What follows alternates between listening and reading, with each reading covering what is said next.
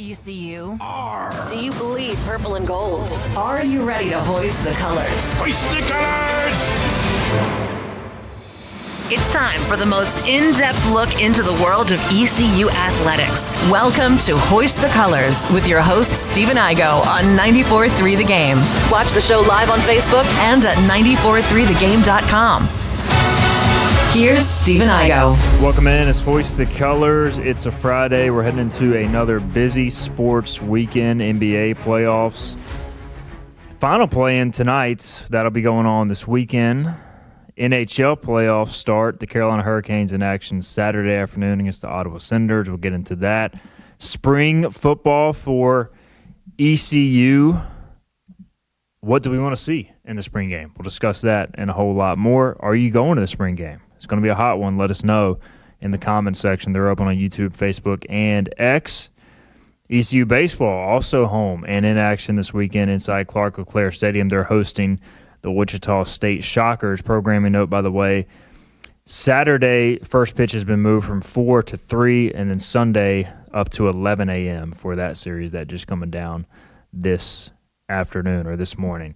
Today's cast, we've got Bobby Harward in studio. He is brought to you by Basil's. I had Basil's, I believe, last Friday. Got some that my always go-to hibachi skewer salad. Also got some beer cheese dip with the fried pitas, so it was delicious. So check out Basil's and appreciate their support of the program. Bobby, how you doing? Doing great.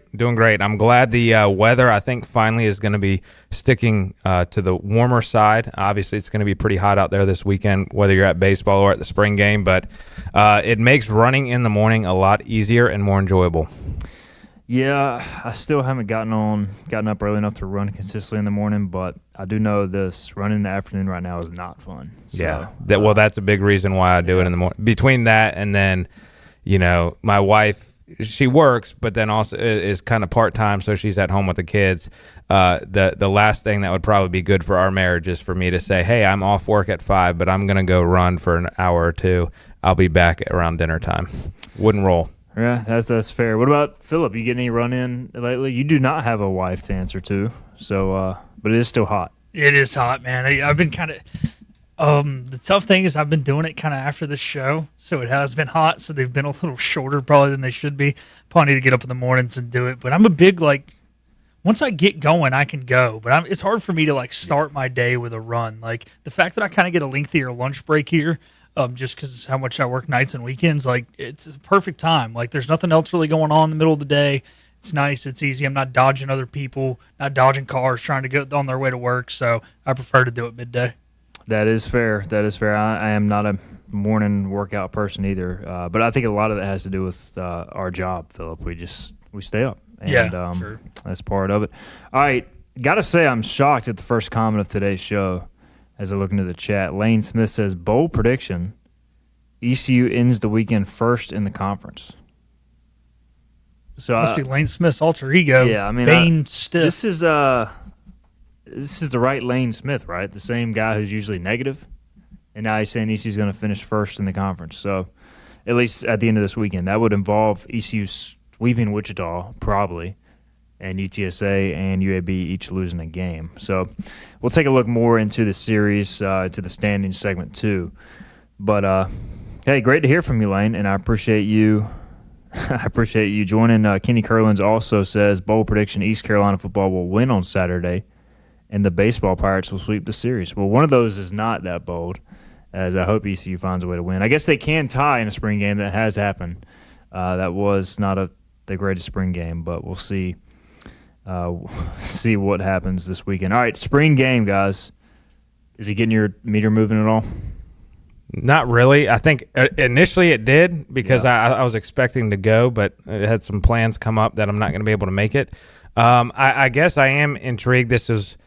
Your access has been very limited this spring, which it is what it is. But I think the curiosity of the two new coordinators, the quarterback situation, those sort of things do pique interest. So I'm intrigued to read your write-ups. Yeah, so I'll ask y'all what you want me to write about because neither of you will be there. Now, intern Isaiah, who's hanging out, he's going to be there.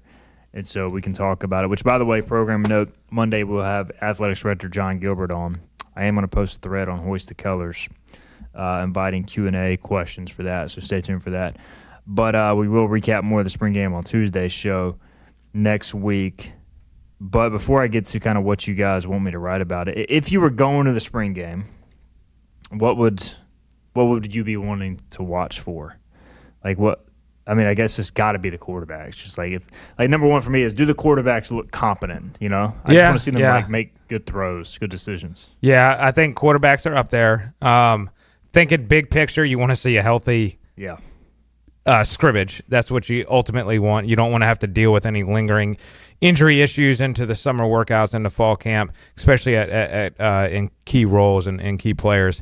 The other thing I was actually going to mention was the offensive line. I'm curious to see who gets put where. I know there's a lot of they're still kind of figuring out how they want to situate people, but where do they start out at? And then, are certain players staying at left guard or left tackle the whole time? Or are they moving them around? Because that's a group that's had a lot of turnover, not just with the players themselves. We're going to have 5 new starters, but also with the coach, and that coach is trying to figure out those guys and how they operate as well. What about you, Philip? What are you looking for if you were to go for Saturday's spring game? Bobby took mine with the O-line, so I'll go to the other side of the football and talk about the defensive backs. Obviously, we're not going to see extremely crazy coverages, a lot of disguise, but I think that we'll see some base defense, but we'll probably see some man as well. And how athletic and how lengthy really are these corners if they do play a little cover zero or even man with one high safety. So, I think this is a team that maybe stands a better chance to run man than past East Carolina teams. Just, we maybe not have the one lockdown guy, but just better overall across the board. So I kind of want to see, are they able to do that? And if they even try to do it on Saturday. Davy Jones says, I want to see the offense and defensive lines coming off the line with power and the accuracy of the quarterbacks. And, the quarterback play has been choppy in the few scrimmages I've watched, but it's much more like the Jake Garcia-Caden Hauser battle compared to the Alex Flynn-Mason Garcia battle in terms of just, like, watching them talent-wise. So I am curious to see. I would imagine, Bobby, they're not going to show – much at all. I would think as far as most of the playbook. You may see a few things here or there, but it's not like you're going to be running a bunch of wide open stuff. Yeah, that's kind of my response too as well. I know you mentioned the quarterbacks, which everybody's going to want to see, but how much are you actually going to be able to take from it is the biggest question, because the playbook is going to be so limited. Philip just alluded to it with the defense. Like, they're going to be mostly playing base calls. Now, that going to have some variation of zone and man coverage, but offensively it's going to be most of the time, I'm sure, inside zone. Maybe you have a standard counter or power play to it, and then pass game, I would imagine it's mostly quick game with maybe the occasional 4 verticals, but I doubt you see a 3-step drop from shotgun, which would be your standard 5 to 7 step drop under center. So that'd be kind of tough to tell. I think you'd probably have a better feel through what you've seen in practice, more so than what you'll see on Saturday. I do remember the scrimmage with Jay Garcia, JDB, and Caden Hauser. I don't know if you were at that one, Bobby, but they were. It was almost like intentional. They came out just throwing the football down the field to kind of like show, hey, this is a new era of Pirate offense, and and some of that was just standard verticals versus, base coverage, which is why they were winning. But, it was explosive. I remember how explosive that scrimmage was. Anthony Smith making big plays and just seeing the speed of the receivers. So, you don't want to see coverage bust, but it would be nice to maybe see some explosiveness out of the new receivers as well. And I'm curious, too, at this point, I think they know Ray Joseph's going to be a dog and a player. Do you even want to risk getting him hurt in a scrimmage like this too? I wouldn't. No, I think you give these opportunities to those guys behind him on the depth chart, because that's another aspect, a takeaway for me from this spring game is going to be those freshmen and those newer guys. It's really going to be their first chance to play in Dowdy in front of fans, so they can kind of get that adrenaline rush and get that out of their system. Granted, nothing like a true game day in the fall, but still they get introduced to it a little bit. So we're visiting with Bobby Harward here, brought to you by Basil's today. I tell you, the spring game, if you cannot make it, we will have a live updates thread on Hoist the Colors where I'll be posting every play-by-play in terms of what the play is, what the result of the play is.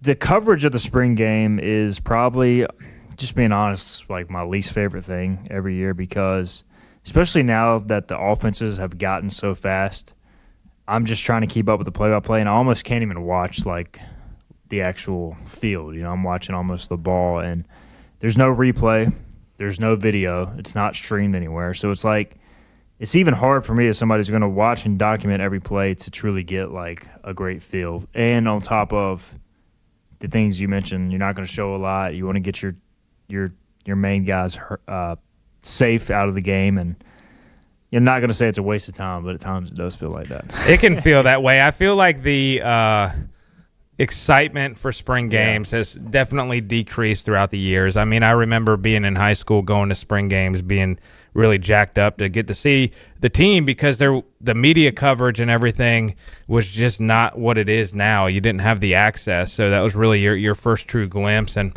my recommendation would be to you is get one of the interns up there with you with Just a to film the laptop. whole game. Well, I was going to say you can just watch and then say, hey, type this out. Like Right. just feed to them, hey, this happened, and then they can have their computer and type the tweet or the update onto Hoist the Colors. The real question is, what if I just left my phone there recording the whole game but didn't share it, but I could go back and review it? Do you think that'd be fair game? I mean, it's not like I'm going to like give it to anybody. I mean, it would be frowned upon, but I don't think it would. If you didn't announce it right now, I don't think anybody would have known it. Yeah. It's just more for like personal notes and blogs. Yeah. But, will you be on the side of the sideline, or will you be? Do they have you guys I'm gonna up be in the box. In the I'm gonna box. be in the box. I mean, that way you can get a good vantage point of everything, and it's just I think they go to the like I haven't seen a format. Blake was saying that there was only 12 healthy linemen, which would make it tough to, as far as offensive linemen, to make it tough to split into two true teams. So haven't seen a format or a scoring system. I just think I'm sure they'll give the freshmen a lot of reps and give them some opportunities, but I think you'll see each of the quarterbacks probably get maybe 3-4 series and then call it a day and go on to the freshmen. And the other thing they do need to do, though, have some kicking going on in front of people with past the 35-yard line. Well, they will be only kicking in one direction. I don't know if you listened earlier this week, but one of the goalposts is down, and it will not be back up for the spring game. They are going to resod the entire field and basically redo the whole field, so they're going to have to take both goalposts out, or the one goalpost, and they're getting two brand-new goalposts. So just everybody know, going to the game, they're only going to be able to kick in one direction. And it will be the direction to Murphy Center. Yep. So there it is. So spring game for me, I'm watching. Davey did say running backs earlier. He's looking forward to seeing that. I would be surprised if Ashton Gray got a ton of run because I think they really like his skill set. But I am looking forward to seeing some of those guys. The young tight ends, to me, offensively, how does that position come along? Defensively, I'm looking at corner. It sounds like, talking to the cornerbacks coach, Teron Williams, that he's very high on this group as a whole. And now he's like, all right, consistency. Who's going to be the most consistent? It sounds like that group is basically like 6 deep, but they're all kind of together, which can be good and bad because they're all solid, but can any of them separate? I'm watching that group. And then the communication on defense has been something the coaches have really talked about. How is their communication? Are they getting lined up the right way? Again, it's not going to be the most complicated offense they're facing, but those things I'm watching closely. And then they've got a lot of depth at inside linebacker they're trying to figure out. So there's a lot to watch on defense. I feel pretty good about the D-line, the outside linebackers, and we'll see what we can take away. Something I didn't ask you, Philip, was the Monday chat with the coaches. I don't even know if we went over this. Did anything really stand out to you from your talks with those guys, or did you not get a lot? No, I mean, they both, or not both sides of the ball out of guys I talked to seemed really good with the depth. I think they feel confident that if someone does go down, doesn't perform, that this team does have a lot of depth, but also, and they were honest, like nobody has truthfully emerged as a starter at a lot of these positions so far. I mean, there's some guys that are, returning that were returning starters that'll obviously start, but, it seems like they were still very much challenging. I mean, they weren't publicly challenging them right up to me, but, you could tell by the way they were handling their rooms. They're still challenging guys to step up and truthfully learn what it means to be a Pirate and play Pirate football. So I think the coaches are very much full speed ahead with this. I think there's a lot going on. They seemed, they were honest that, hey, man, there's a lot of install going on and there's a lot of moving pieces. So sometimes it's hard to have guys step up when you're just having guys try and learn everything with a new OC and a new DC. But they all seemed confident and they all seemed like they were excited to be going in the spring game. But I think also they're ready to take that step back, in May that you kind of get to take away and regroup. Yeah, a lot of moving parts, a lot of new coaches, a lot of new players, and a lot of fluidity. Although we have a lot of that Hoist the Colors coaches interviews up on our website as well, where we dive in deep to the personnel. Davy Jones says, not in the spring game, but wonder if we have any trick plays planned for Bama. I'll be shocked if ECU does not run a trick play in that game. They'll probably run a trick play in the first two series, I would bet. Yeah. And you would think Bama would be expecting it, but you can't. Can you really prepare for a trick play? Other than be on alert for it? Well, and also from Bama's perspective, they're facing a new offense. So they haven't seen Jordan Davis outside the bowl game call plays. So you would imagine they're going to try to stay pretty basic, at least their first 2 or 3 series, to try to feel them out a little bit. And so those defensive guys are going to want to play sound football. And if you have the right trick play called, you can take advantage of it. Man, it's going to be weird previewing ECU, Alabama. It is going to be nuts. Into, that July-August time frame. So looking forward to that as Pirates getting a step closer to the 2026 season. We'll get a break in again. Spring game coverage tomorrow, not being streamed anywhere, but if you do want to follow updates, stay tuned to our social media channels along with our live updates thread on the website. It'll be a 1 p.m. kickoff inside Dowdy-Ficklin Stadium. All right, we will get a break in. We'll come back. We'll talk about ECU baseball, also in action in Greenville this weekend against Wichita State. That talk and more next. You know what the problem is with standard belts? Usually you have to choose between too tight or the opposite, too loose. But with Anson Belt and Buckle, you don't have to choose. We got rid of the holes and instead have a track system designed for micro-adjustability. That way you can enjoy a perfect fit every time. Anson Belt and Buckle. Find your perfect fit today.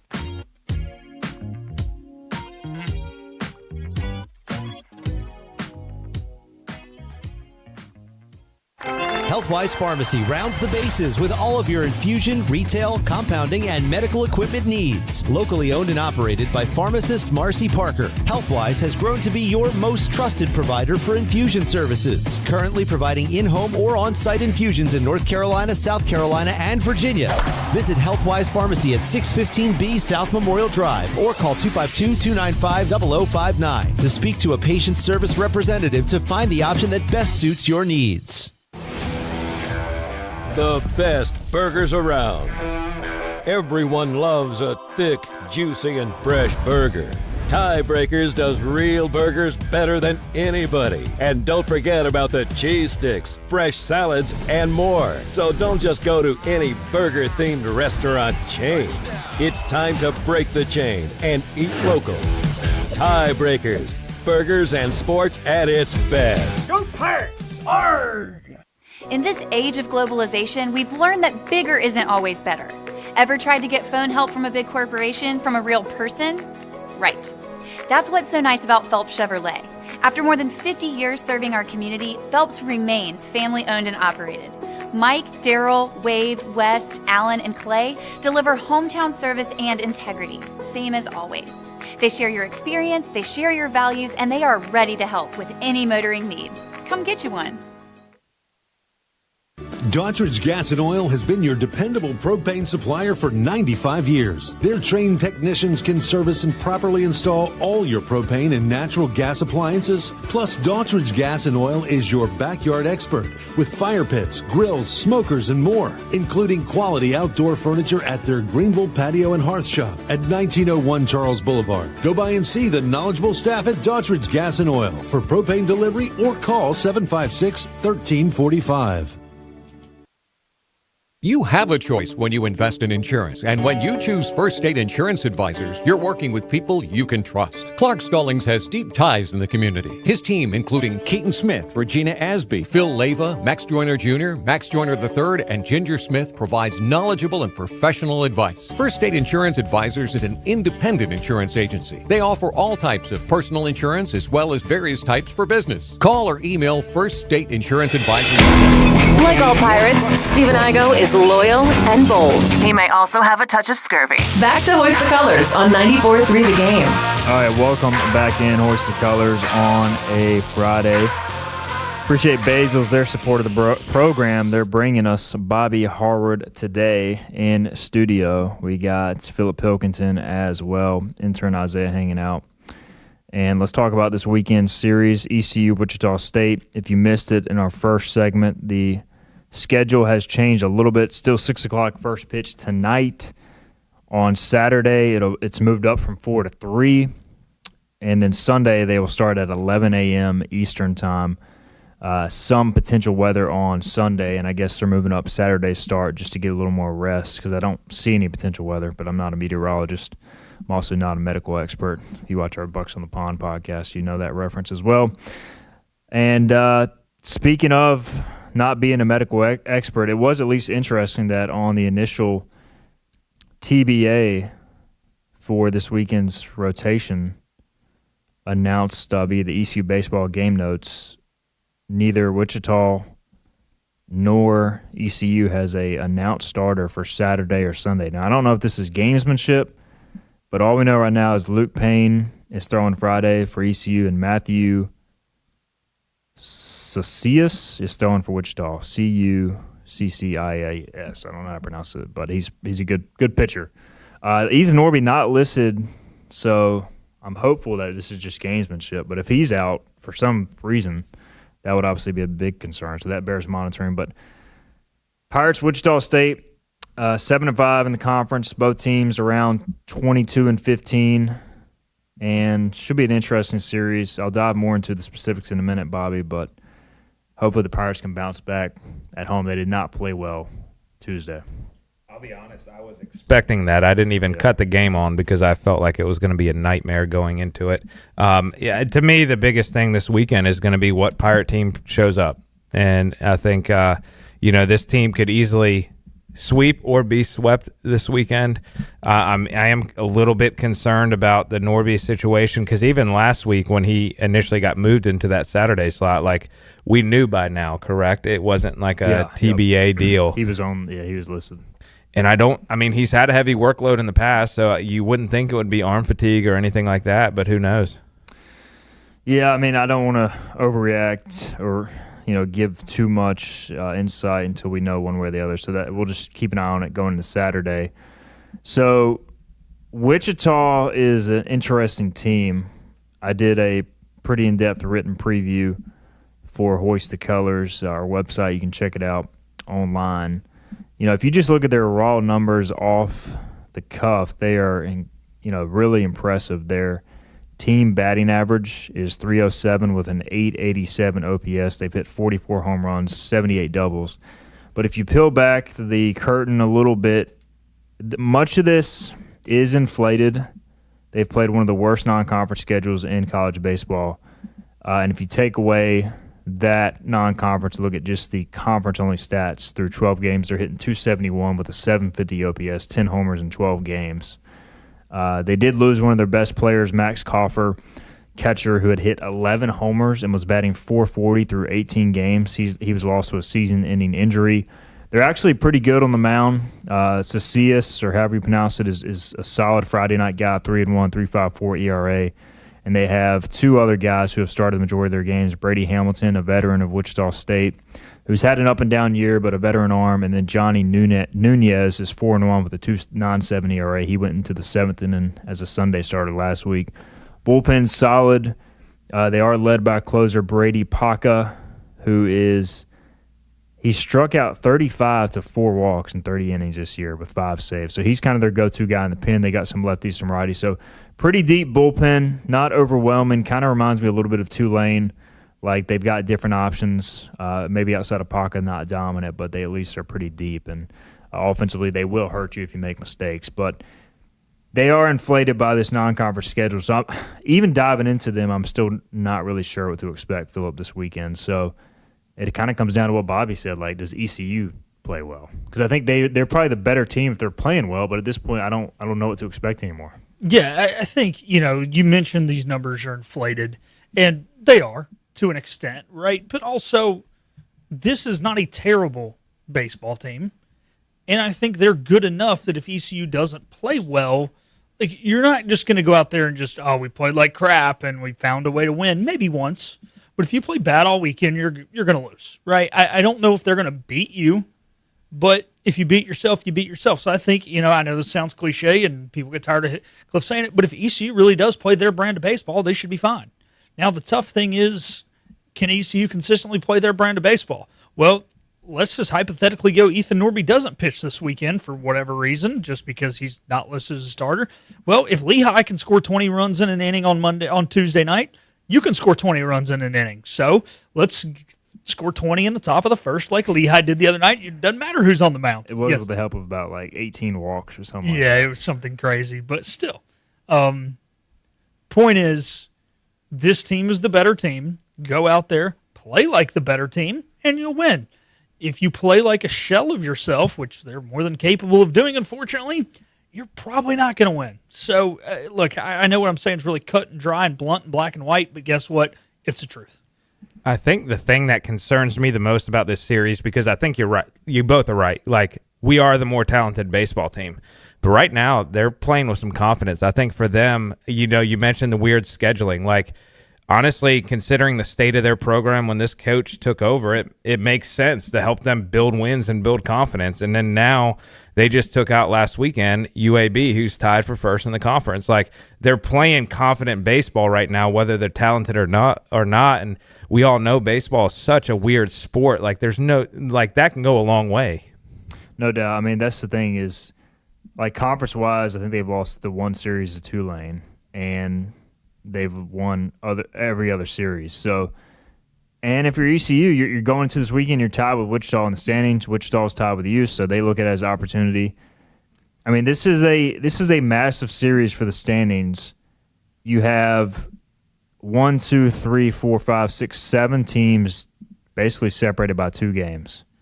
At the top to the 7th seed, 8-4 UTSA, Rice 8-4. UAB 8-4, Rice, Wichita State, ECU 7-5, and then South Florida and Tulane 6-6. So you're really at the point now where obviously a series win is great, but if you want to pull a Lane Smith and get in first place, any sweep is going to be massive. Like, if ECU were to go out and sweep this series, there's a chance they would be back in first place. Versus if you lose, you could be in 7th. So I mean, this is a huge weekend for the Pirates. You're at home. Wichita has been up and down on the road this year, so just curious to see what the vibes are like. Hopefully with the spring game, good crowd in town, ECU plays well. Kenny says we got to stop wasting good pitching from Luke Payne. I agree. Hopefully he can continue to do what he's done. Lane says if Norby is hurt, my bold prediction is trash. Look, if Norby doesn't pitch this weekend and is out, and you're down all 3 weekend starters, I just don't know how you overcome that. But, again, we'll see what happens. Cameron adding, if the wind is blowing out to right tonight, Wichita may hit 5 home runs. So, I don't know. Any gut feeling on the weekend? I don't even know what to predict. Is anybody willing to make a prediction? I want to predict 2-1 Pirates. Yeah. I'm going to predict 1-2 Shockers. I think it's gamesmanship. I think Norby pitches tomorrow. Give me 2-1. I'm just going to go series win by virtue of being at home. ECU has played well against Wichita at home. Now on the road or in Clearwater, they've been bad against Wichita State since the Shockers came to the league. But they are 5-1 in their last 6 versus Wichita at home. And the other thing is Wichita, they played at UAB last week. They were on the road versus Kansas. Midweek, they're on the road again here, so maybe a little road weary for them. Another long trip for them. Any picks to click? Well, hang on first. Yeah.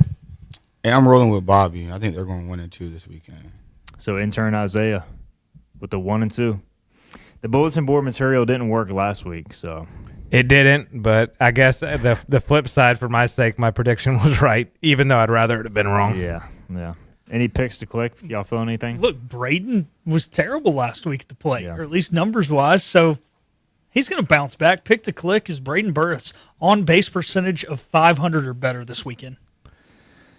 All right, Cameron predicted 5 home runs by the Wichita State Shockers Tonight. I'm going to go at least 1 home run by one Austin Irby. I think he gets out of the slump that he is in and cranks one.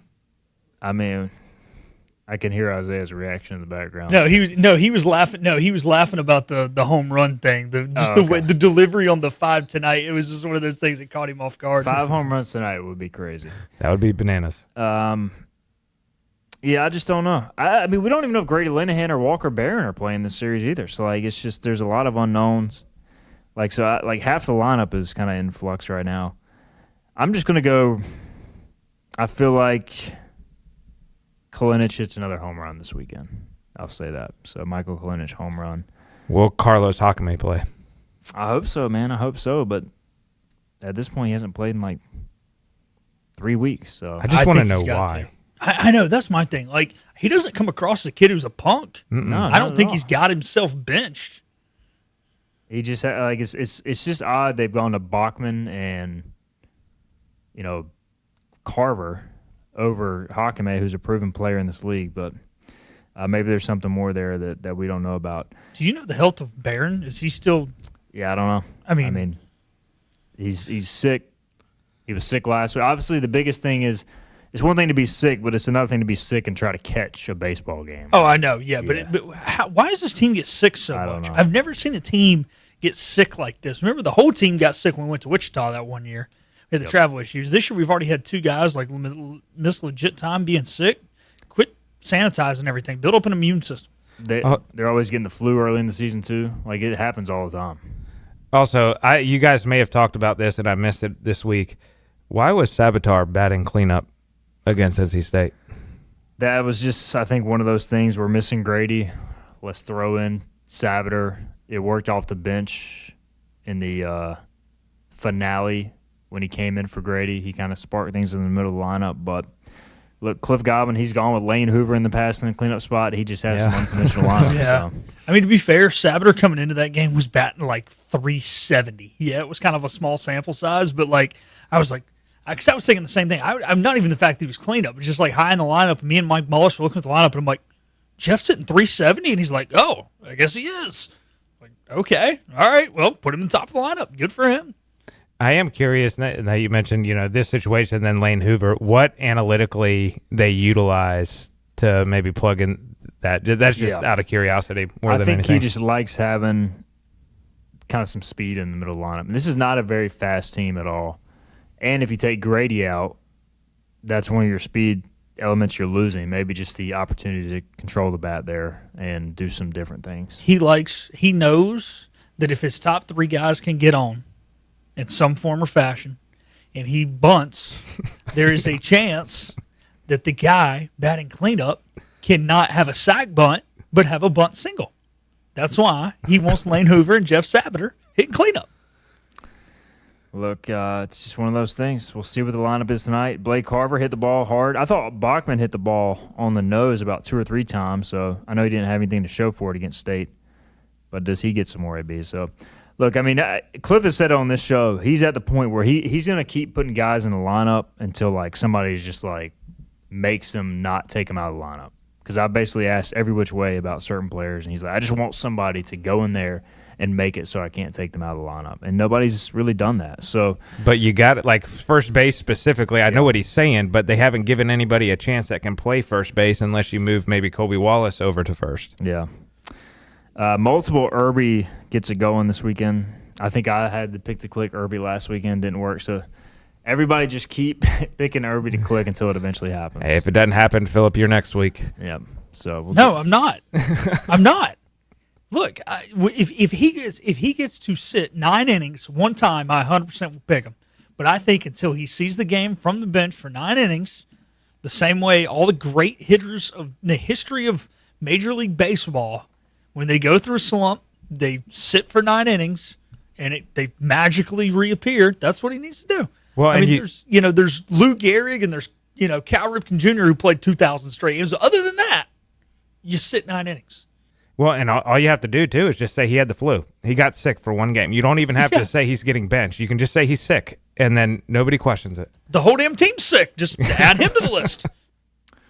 All right, one last thing before we get a break in. Somebody wants to know if we're going to ODU next week. I'm not. I don't think y'all are sending anybody. Philip, are you? I did kind of consider, but I'll be flying back from Colorado, so I won't even get to watch the game. So they are ongoing a stadium renovation, and according to their website, it says they've got temporary seating along with standing room. Temporary seating will accommodate nearly 1,000 spectators, with most overhanging the left field fence. So if that's where the fans are going, I have no idea where the media is going. I think I'm just going to say pass.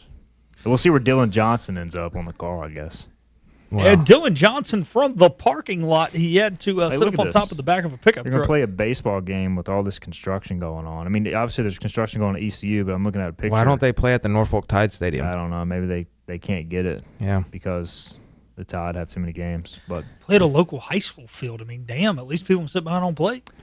Yeah, it looks like there's a lot of things happening, which hopefully will look good when the stadium is done. But are they even going to be able to – is it listed at ESPN Plus? Because the way that picture looks, it doesn't even look like they'd be able to wire for TV or anything. According to their website, as I scroll down, I'm not seeing anything on TV. Let's see. ESPN Plus, it says no. So is there going to be instant replay? Well, it says ESPN Plus for the conference game, but for the ECU game on midweek, it does not have any TV listed.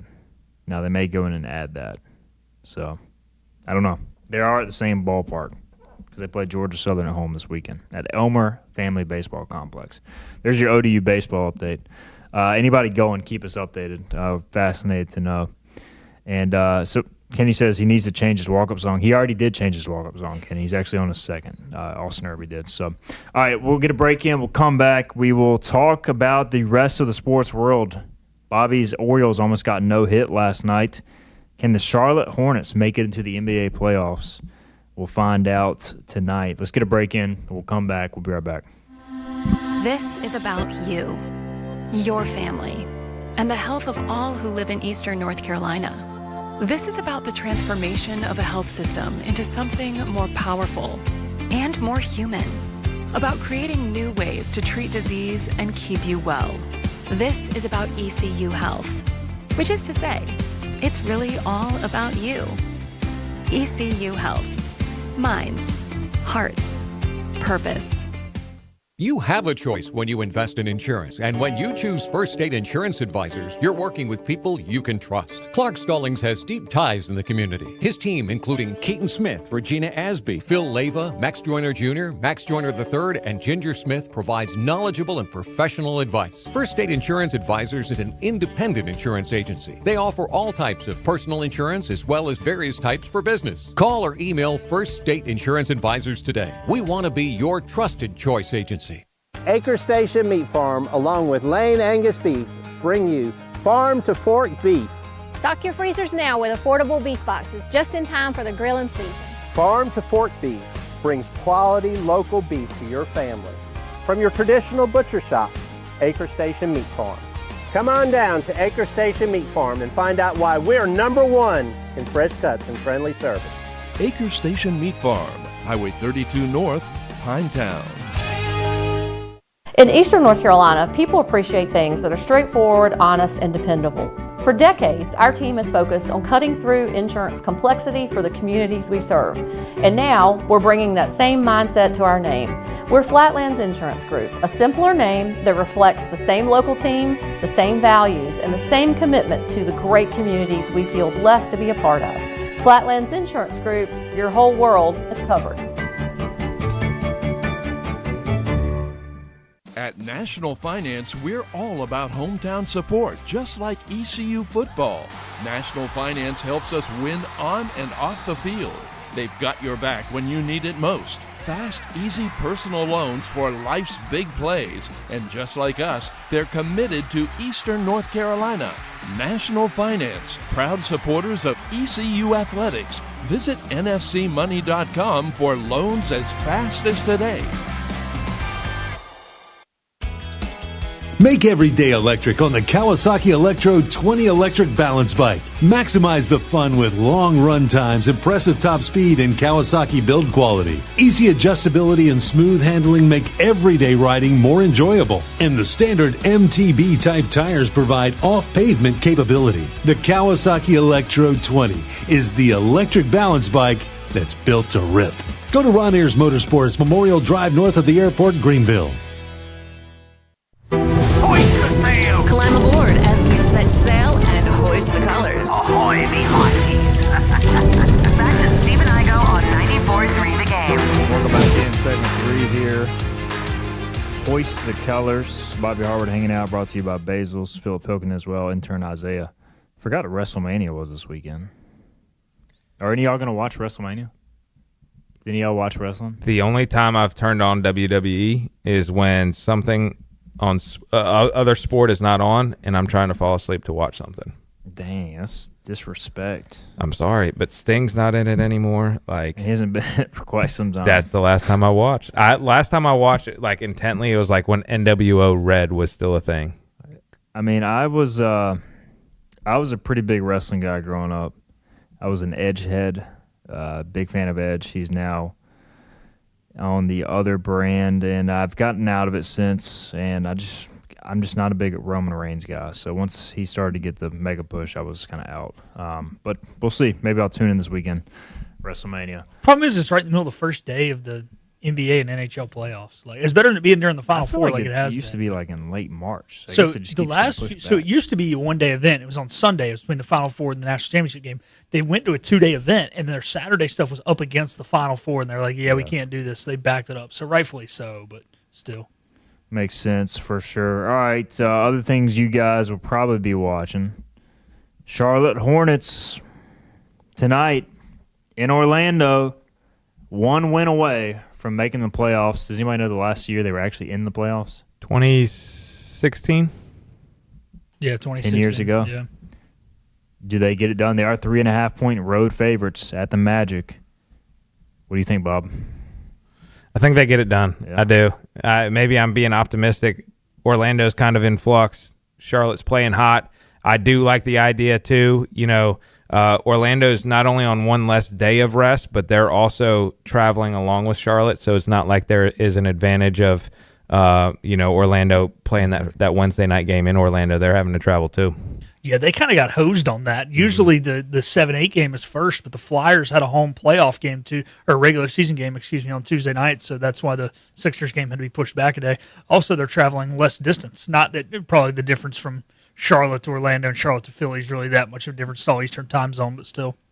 I am curious to see how Con Knippel looks tonight. He basically got benched in the first game because he was inconsistent. And look, he's a shooter.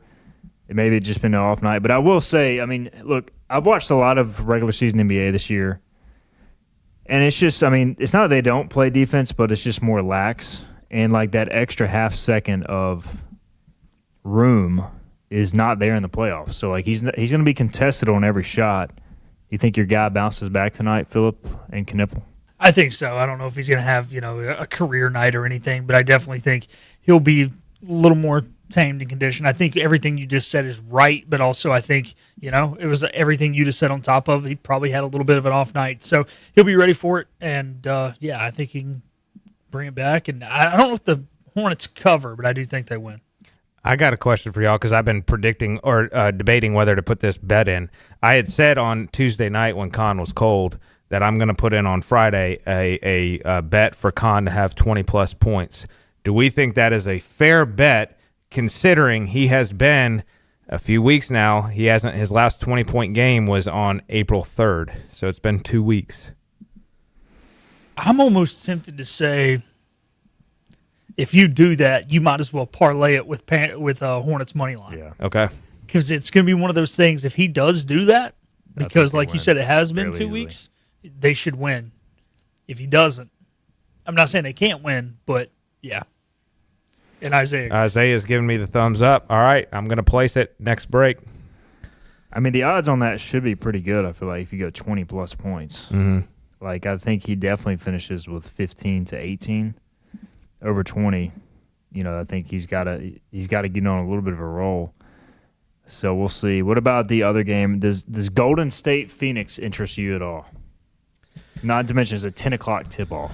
I think if it was the Clippers, I'd be more interested. Like, I know Steph Curry and Draymond Green, but like Golden State is just, even if they make it in, they're going to get rolled. Dude, I'm so Golden State fatigued. Yeah.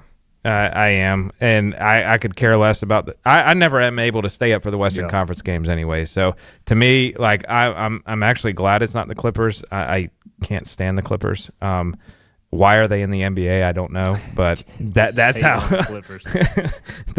Just a random distaste for the Clippers. But I would love to see the Suns kind of pull it out, and I think they would make a more competitive series throughout the playoffs than the Warriors. Yeah, I think the Thunder are going to roll whoever they face, but maybe the Warriors, just because they have Steph and Draymond, could at least win a game. Can shoot their way to a victory in a game. Yeah, they're just so deep. The Thunder are. I just don't think it matters. But what about the rest of the playoff bracket, Bobby? I know you said you struggle to stay up for the West Coast games. At least you do have Nuggets and Timberwolves on Saturday afternoon. You may be busy with some other stuff, but that's going on Saturday afternoon.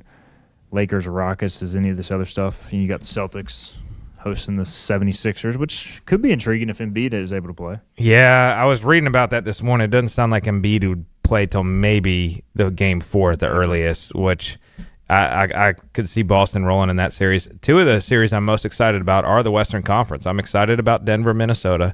And Edwards is one of my favorite players to watch in the NBA, as well as listen to his post-game press conferences because it's always comical. And then Houston and L.A. is the other series I'm looking forward to. Just a battle of LeBron and KD, even though they're ancient now. It's still fun basketball. Did y'all see this graphic from the Wolves team where it's got the Joker card and the ants walking over it? I thought this was one of the best That's social pretty media slick graphics I've ever seen for a pro team. So creative, and these teams have history. So I'll be locked in. Have you made any decisions, Philip, on if you're going to try to go to this game or not? Or is it going to be a TBD? I don't know. It's TBD. I sent out some texts last night and was like, "Hey y'all, what are you guys doing? Avs play Sunday. Nuggets tomorrow. Tomorrow's gonna be a tough swing. We don't land till like 10:40. The game tips at 1:30. So by the time we would drive up north to my uncle's house, drop our stuff off, we'd almost have to like immediately turn around and come back. So I would say if anything, we'd probably end up at the Avs game. But I'm not getting a lot of bites on this bait I'm tossing out right now. It might just be like hanging out at my uncle's place, drinking a couple old brewskis and watch, dual screening whatever hockey game, whatever basketball game's on at the same time. Do y'all think Atlanta can beat New York? No. No. No. I don't think so. Do you think they can make it a series? No. No, I give them Isaiah's one saying win. no as well. All right. Knicks in 5. Okay. Here's a question for you, Philip, since you could find yourself in a situation. Is it okay to go to a big sporting event solo? Yeah. Like, would you consider that? Nobody wants to go, and you're just like, I'll just go by myself. It is okay. My thing is, we're standing there, family time, death in the family. Is it kind of a jerk move just to be like, hey, by the way, peace out. I'm going to this basketball game, But no, if it was like, if it was one of those, we were in just town for family vacation for a week and nobody wanted to go, and I'm like, well, all right, well, if nobody made plans, I'm going to this game. That wouldn't be bad. But yeah, circumstances, I feel like I shouldn't just be like, peace out, go to this hockey game, see y'all later. I mean, I'd be like, we're here, why not? I was going to say the context for that is important because I did go to a Hurricanes playoff game by myself. Okay. I had to go on campus for work where my office is in the Triangle. They had get together for dinner, and I was like, I want to go to the hockey game instead, so I'm going. It was very weird sitting by myself, but it was a good time still. I went to the Mets-Dodgers NLCS game in 24 by myself. Didn't care who won. I'm just going to go experience it. So I was up there for the Army football game. Hey, I'm glad you got to experience that because what you experienced the next day was at least that made your trip worthwhile. Yeah, that Army game. Last game of the Mike Houston era. Little did we know. Did we though? Did we really Yeah. not know? We I was knew. getting some We text knew. that it was pretty much. Yeah. I think we knew. All right, we'll get our final break in. Aaron wants to know how the ECU quarterback battle is going. I'll try my best to answer that. And we'll talk some NHL playoffs to wrap up the show after this. Get ready to bring on the savings at Greenville Toyota with major deals on brand new Toyotas like a Camry $229 a month or RAV4 $279 a month. Now's your turn to save at Greenville Toyota. In Eastern North Carolina, hard work matters, and it always has. At Flatlands Insurance Group, we've been showing up for our neighbors since 1963, helping families and business owners navigate change, weather tough seasons, and keep moving forward. Decades later, our purpose hasn't changed: to help protect what you've poured your time and energy to, from your home to your health to whatever comes next. Flatlands Insurance Group, your whole world covered. Your confidence makes everything look good. You see the world in vivid color, not black and white. Swing through your neighborhood Fantastic Sam's Cut in Color and let our experienced stylists take you from everyday to extraordinary. Fantastic Sam's hair salons are locally owned and operated. Our full-service salons are conveniently located in Goldsboro, Kinston, Greenville, New Bern, Jacksonville, and Calabash. Stop in today at Fantastic Sam's, where the possibilities are endless. At National Finance, we're all about hometown support, just like ECU football. National Finance helps us win on and off the field. They've got your back when you need it most. Fast, easy personal loans for life's big plays. And just like us, they're committed to Eastern North Carolina.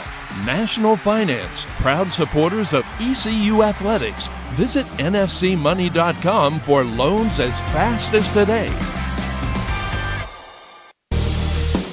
Your future is full of possibilities, and Pitt Community College can help you explore every option. You can earn a degree, learn a trade, transfer to a university, or launch a new career. We offer the support you need to succeed with flexible schedules, affordable tuition, and programs designed for the real world. Your path, your future, your college. Pitt Community College. Register now. Bring on the savings with new Toyotas from $159 a month at Greenville Toyota. Get huge discounts like Corollas $159 a month or Tacomas $249 a month. Save today at Greenville Toyota, where our volume saves you money. Visit Larry's Steakhouse for a tender, hand-cut certified Angus ribeye. Other entrees include perfectly seasoned pork chops, chicken, or seafood favorites like shrimp, tuna, and salmon. Complement your meal with Larry's fresh 20-plus item salad bar, or enjoy it as an all-you-can-eat entree. Daily rotating favorites include meatloaf, chicken pastry, hamburger steak, spaghetti, pork chops, and more, all complemented with your favorite country sides. Whether it's for lunch, dinner, or our Sunday brunch, remember to support and eat local. Larry's Steakhouse. Every ECU fan's one stop for all things ECU athletics. This is Hoist the Colors with Stephen Igo on 94.3 The Game. All right, welcome back in. Final segment, final few minutes. Quickly answering Aaron's question. Anything about our quarterback battle is one emerging? I would not say one is emerging, Aaron. It's been pretty balanced. Seeing the first two scrimmages, I think both guys have strengths. Both guys have weaknesses. I've said before, Mitch Griffith's kind of the more guy who can get out, make some plays, a little bit older, a little bit more experienced. The game is moving slower for him right now, I'd say, than Emory, but Emory taller, maybe has a little bit more natural talent just as a passer, pocket passer, but doesn't move as well. So I still think it's going to come down to what's around them. I think both are solid options. They can win with both, but it's going to depend on what they feel is the best fit for the offensive personnel. So we'll get a better feel tomorrow how the guys look in the spring game under at least some sort of pressure with a couple thousand fans in attendance probably. All right, Bobby Harward with us. Final segment. Philip Pilkington behind the glass, intern Isaiah hanging out as well. And the NHL playoff brackets are out, as are the schedules for the games. Hurricanes play at 3 o'clock versus Ottawa in the opening round. How you feeling about that, Bobby? For Ottawa, from what I'm reading, pretty challenging wildcard team. Death, taxes, and the Hurricanes having an afternoon weekend playoff game. It's we're the Texans of the NHL apparently. And to answer your question about Ottawa, initially, just as little hockey as I've watched throughout the year in terms of other teams. I did not know much about Ottawa, but after reading some playoff previews this morning, a little concerned because they've been pretty hot, playing good hockey, and it seems like their style of play is very similar to the Hurricanes. They're just not as talented across the board. Will be interesting to see as the Hurricanes host that series. They'll play again Monday night in Game 2. The Boston Bruins, Philip's favorite team, they play the Buffalo Sabres. How you feeling about that series, Philip? Boston's not a playoff team. They found a way to get in due to the condensed schedule in their youth. So, look, they'll find a way to win 1 and force 5. And if the Sabres go out there and lay an egg in another game, maybe Boston will get lucky and it'll go 6. But that's best case scenario for Boston. Also on the east side, you got Pittsburgh and Philly, which should be a good series between two entertaining fan bases, at least. I don't know how great either team is, but and they're not just entertaining, but entertaining that hates each other. Yeah, no doubt. The Lightning and Canadians going at it as well. The Lightning probably the biggest threat to the Hurricanes on the eastern side. In the West, the Avalanche will play the Kings. The Stars and the Minnesota Wild will be a good series. Vegas plays Utah, and Edmonton and Anaheim. So what are y'all looking for in the West, Philip, if anything, outside of Colorado's potential dominance? That Central Division as a whole, the Pacific bracket is going to be is what it is. Whoever represents the West in the Stanley Cup Finals will come out of the Pacific Division. So really, that Stars Wild series can kind of set the tone for what the that second round is going to look like against Colorado. Do the Hurricanes get it done this year, Bob? They do not. No, too many questions in goal, and you failed to mention it's Stephen Igo's Colorado Avalanche. Yeah, I guess I got to hop on the Avalanche bandwagon. I can't make Hurricanes game 2. It's the Slater's T-ball game on Monday. I had potential tickets, but I was hoping for a Tuesday game. So go Avalanche, go. I'm rolling with the Colorado teams yet again. Nuggets and Avalanche. Bobby, appreciate you. Shout out to Basil. Shout out Philip, intern Isaiah as well. Thanks, everybody, for listening. We'll be back Monday. John Gilbert in studio, ECUAD.